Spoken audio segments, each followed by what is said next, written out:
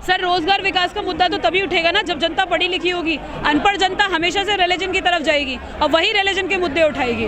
तो धर्म बड़ी चीज़ है राजनीति में। सर धर्म बड़ी चीज़ है राजनीति में, आप कहीं की भी देख लीजिए। उन 1.5 लाख से ऊपर की संख्या के स्टूडेंट, उन लोगों का एज खत्म हो चुका है और यहाँ पे वो सारे स्टूडेंट्स हैं जिन्होंने प्री लिखा है, मेंस लिखा है, इंटरव्यू फेस किए हैं। इंटरव्यू भी एक बार नहीं, 3 बार इंटरव्यू दिया है। लेकिन उसके बाद भी बहुत सारे ऐसे बच्चे थे कि जब कोविड-19 का पीरियड आया, कोविड-19 के पीरियड के टाइम पे वो प्री भी क्लियर नहीं कर पाए। क्यों? क्योंकि पढ़ाई नहीं थी, एजुकेशन मटेरियल नहीं मिला, इंटरनेट की फैसिलिटी सही से नहीं मिल पाई, बाहर जाने में खतरा था। उस खतरे को लेते हुए, जान के खतरे को लेते हुए बच्चे वहाँ पे वो पेपर सही नहीं। कितने साल की मांग और कर रहे हैं आप सरकार से? हम सरकार से बस एक मांग कर रहे हैं कि हमारे लिए 2 साल का एज रिलैक्सेशन और 2 एक्स्ट्रा अटेम्प्ट दिए जाएं। 2 साल का एज रिलैक्सेशन मतलब कि जिन बच्चों के आपकी एज लिमिट पूरी हो चुकी है, जैसे जनरल कैटेगरी के जो बच्चे होते हैं, जनरल कैटेगरी के बच्चों के लिए जो एज लिमिट है कि वो 32 साल तक केवल 6 अटेम्प्ट दे सकते हैं। तो अगर उनकी एज खत्म हो चुकी है तो आप उनके लिए 2 साल एज बढ़ा दीजिए, 32 से 34 कर दीजिए। हाँ, जो कोविड में खराब हुए हैं 32 से 34 कर दीजिए। और जो हमारा एज रिलैक्सेशन, सपोज मान लीजिए कि जनरल कैटेगरी का बच्चा है जिसके 6 अटेम्प्ट खत्म हो चुके, लेकिन वो 2 अटेम्प्ट उसके वहाँ खराब होते हैं, उन 2 एक्स्ट्रा अटेम्प्ट की हम मांग कर रहे हैं। लेकिन जो सरकार है ये तो कह रही है कि हम रोजगार दे रहे हैं और रोजगार मेले भी लगा रहे हैं मोदी जी। सर रोजगार आप लगा रहे हो, मैंने 2 मास्टर्स किए हैं, अप्लाइड माइक्रोबायोलॉजी में किया है, एंथ्रोपोलॉजी में मैंने मास्टर्स किया है, मेरा बैचलर इन एजुकेशन है, मेरा bachelor in chemistry and environment honours है। उसके बाद आप मुझसे कह रहे हो बेटा आप 10,000 की नौकरी कर लो, हमने रोजगार मेला लगा दिया। क्या वो मेरे लेवल का है? आप कह रहे हो कि यहाँ पे हम रोजगार बढ़ा रहे हैं, नंबर ऑफ सीट्स बढ़ा रहे हैं। यूपीएससी का पिछले 2014 से लेके अब तक का आप डिटेल देख लीजिए कि यहाँ पे वो डिटेल में आपको क्या दिखेगा कि नंबर ऑफ सीट्स यहाँ पे आपको कम होते नजर आए हैं।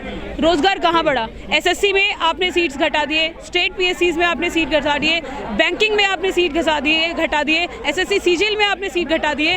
रोजगार बढ़ कहाँ रहा है? आप कह रहे हो कि जो छात्र बीए एमटेक है वो जाके ठेला लगा ले, रोजगार पकौड़ा तल ले, तो ये सर वो तो नहीं हो सकता ना। आप कहते हो कि लेटरल एंट्री से जो आप ये भर्तियां कर ले रहे हो, वो लेटरल एंट्री से भर्ती आप समझ रहे हैं क्या? वो एलिजिबिलिटी उन बच्चों के लिए तमाचा नहीं है जो इस लायक थे, जिन्होंने प्री लिखा, मेंस लिखा, इंटरव्यूज दिए? क्या उन बच्चों के लिए तमाचा नहीं है? लेटरल एंट्री आप सब चीज में प्राइवेटाइजेशन लेकर आ रहे हो, आप सरकारी में भी प्राइवेटाइजेशन लेकर आ जाओगे तो कैसे चलेगा?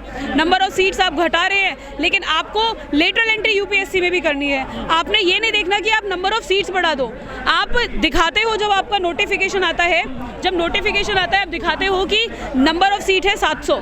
जब आप रिकमेंडेशन करते हो, जब बच्चों का प्री का मेंस का रिजल्ट आ जाता है, जब आप इम्प्लीमेंटेशन करते हो, वहाँ नंबर ऑफ सीट्स आप बढ़ा देते हो। सरकार तो निजीकरण करती जा रही है, नौकरी सरकारी है ही नहीं, आप आंदोलन कर रहे हो। सर हम सरकारी नौकरी नहीं है, इसी चीज के लिए हमारा आंदोलन है कि वो सरकारी नौकरियां बढ़ाई जाएं।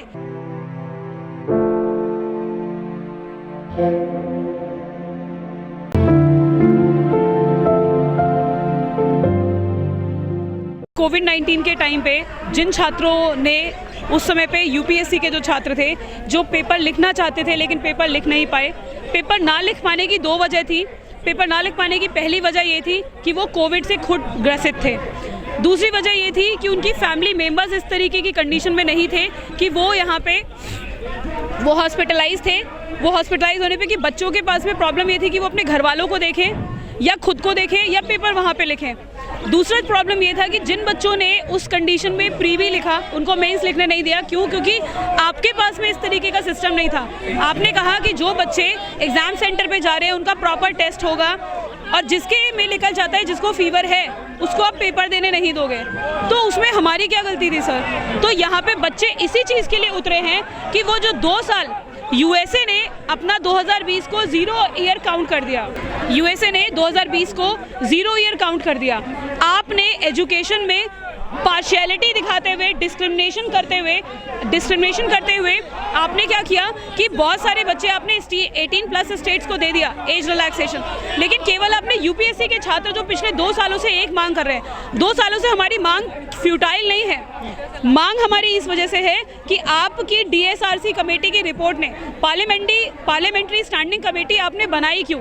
आप केवल रिकमेंडेशंस देने के लिए, केवल दिखावे के लिए आपने उनकी कमेटीज को बना दिया। वो कमेटीज बनाने के बाद उनके रिकमेंडेशंस आपने बाइंडिंग नहीं किए।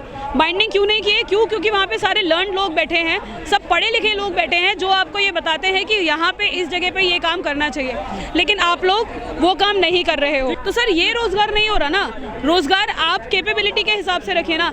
इकोनॉमी में एक होता है डिस्गाइज्ड अनएम्प्लॉयमेंट। डिस्गाइज्ड अनएम्प्लॉयमेंट पे आप ये बोलते हो कि भाई जिस बंदे की कैपेबिलिटी किसी चीज़ की है वो समर्थक है, लेकिन उसको उस लेवल की जॉब नहीं मिल रही है कि वो करना जो चाहता है। जो हमने 5 साल अपने दिए, 4 साल अपने दिए इस सपने को बनाने के लिए, वो सपना आपने तोड़ दिया। आपने आश्वासन दिया था जब पेपर लिखे जा रहे थे, आश्वासन दिए जा रहे थे कि यहाँ पे आपका पेपर आपको देने दिया जाएगा, एज रिलैक्सेशन आपको देने दिया जाएगा, लेकिन फिर भी आपने क्या किया? आपने बच्चों को पेपर लिखने नहीं दिया। आपने खुद के आश्वासन देने के बाद भी आपने उनको पेपर लिखने नहीं दिया। तो उस चीज़ में गलती बच्चों की कहाँ है? गलती तो आपके इम्प्लीमेंटेशन की है, आपकी डिसीजंस की है। कितने स्टूडेंट हैं ऐसे जो 6 बार दे चुके हैं और वो जो 2 साल में जो है कामयाब नहीं हो पाए, कोविड के दौरान उनके पेपर छूट गए थे? सर देखिए क्या है, यूपीएससी की तैयारी जनरली जो बच्चा तैयार करना शुरू करता है वो अपना ग्रेजुएशन मास्टर्स करने के बाद तैयार करता है। हर परिवार के बच्चे को इस तरीके का, या हर आर्थिक स्थिति के बच्चे को ये चीज़ नहीं समझ में आती कि उस समय पे जॉब पहले ज़रूरी है या सपना ज़रूरी है। मतलब जो डिमांड कर रहे हैं 2 साल की, वो कितने स्टूडेंट हैं ऐसे करीब? तो हमारे पास में लगभग अगर आप देखें 1.5-2 लाख से ऊपर बच्चे हैं। हमारे यहाँ पे भी आने वाले थे, लेकिन कल जो पुलिस की एट्रोसिटीज हुई है ओल्ड राजेंद्र नगर में, उसकी वजह से we have reduced our number, we have got the reduced number. Sir निजीकरण का विरोध तो चल रहा है, कहाँ नहीं चल रहा निजीकरण का विरोध? सब जगह है, लेकिन प्रॉब्लम यहाँ पे सिचुएशन ये है कि अगर पढ़ी लिखी जनता विरोध करने के लिए सर वक्त लगता है, एग्जाम लिखने में वक्त लगता है। अगर हर जनता सड़क पे उतर जाए, आज हमको पता है इस मूवमेंट को जो देश के युवा हैं वो कांवड़ लेने जाते हैं तो सरकार पैर दबाती है, उनके फूल बरसाती है, तब तो आप खुश रहते हो ना? सर खुश होने वाली वो जनता वही है जो काम, मैं ये नहीं कहती, देखिए रिलीजियस मुद्दा है, उस चीज संतुष्ट है ना युवा पीढ़ी तो सरकार से? सर वोट मिल रहा है बड़ा मोटा। सर वो युवा पीढ़ी वो है जो अनपढ़ है, वो युवा पीढ़ी वो है जो पढ़ी लिखी नहीं है। जो पढ़ी लिखी जनता होगी वो कभी भी रिलीजन जैसे मुद्दे पे नहीं उतरेगी। उसको सबको पता है भाई अद्वैतवाद की थ्योरी है, भगवान एक है, यहाँ पे कोई जात पात धर्म नहीं होता। धर्म वो है कि आप जॉब दो, धर्म वो है कि आप रोटी दो, वो धर्म वो है कि आप रोटी कपड़ा मकान दो, वो धर्म है उसके लिए, पढ़े लिखे इंसान के लिए। रोजगार ना दे। भूखे पेट कौन से भगवान का भजन कर लोगे?